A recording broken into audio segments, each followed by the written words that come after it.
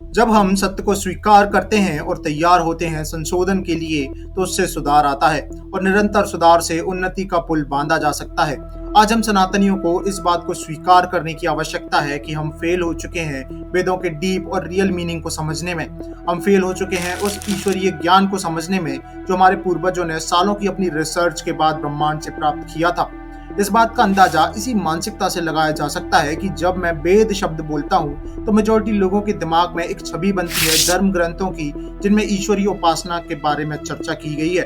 और कई लोगों को तो मैंने ज्ञान के अभाव में ये भी कहते सुना है कि वेदों में ईश्वरीय उपासना से संबंधित ऐतिहासिक कहानियां हैं या कुछ कथा साहित्य है, जबकि ऐसा बिल्कुल नहीं है। वैदिक ग्रंथों की बात करें तो ये वो ज्ञान का संग्रह है जो इस ब्रह्मांड में एग्जिस्ट कर रहे एक छोटे से क्वांटम पार्टिकल से लेकर सबसे बड़ी गैलेक्सी या कहूँ इस ब्रह्मांड का ज्ञान अपने अंदर समाये हुए है।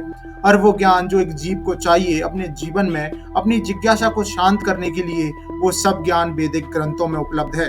इस ज्ञान को आप एक बरगद के पेड़ की तरह समझ सकते हैं, जिसकी हर एक डाली या छोटा सा बीज एक स्वस्थ बरगद के पेड़ को जन्म देने में सक्षम है। उसी प्रकार वैदिक ज्ञान वो स्वस्थ बरगद का पेड़ है जिसमें वैदिक मंत्र इनके बीज या उस डाल की तरह है जिनमें असीमित ज्ञान का भंडार है। अब इस बात को स्वीकार करने से भी कुछ नहीं होगा, इसमें संशोधन करना जरूरी है और संशोधन का मार्ग है स्वाध्याय, और सस्ते ट्रांसलेशन में अगर मैं समझाऊं तो सेल्फ स्टडी। और इस आधुनिक युग में अब सेल्फ स्टडी या इंडिविजुअल रिसर्च कोई ज्यादा हार्ड टास्क नहीं है। यदि सुधार ला उन्नति की ओर बढ़ना है तो संशोधन के मार्ग पर तो चलना ही होगा।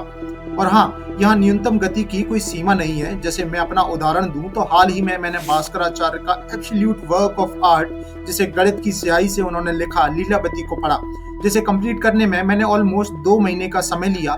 तो हाँ, आप अपनी गति खुद तय कर शुरुआत कर सकते हो।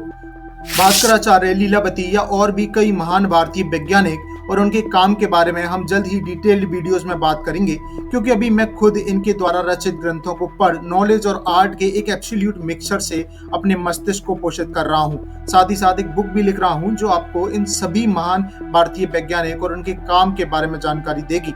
वो जानकारी जो इंटरनेट पर आपको बिना किसी प्रूफ के साथ बस फैक्ट की तरह परोसी जाती है, या कुछ ऐसी बातें जो इंटरनेट पर भी गलत हैं या अर्ध सत्य हैं, और इसलिए हमें हमारे पूर्वजों के ओरिजिनल वर्क को पढ़ने की जरूरत है।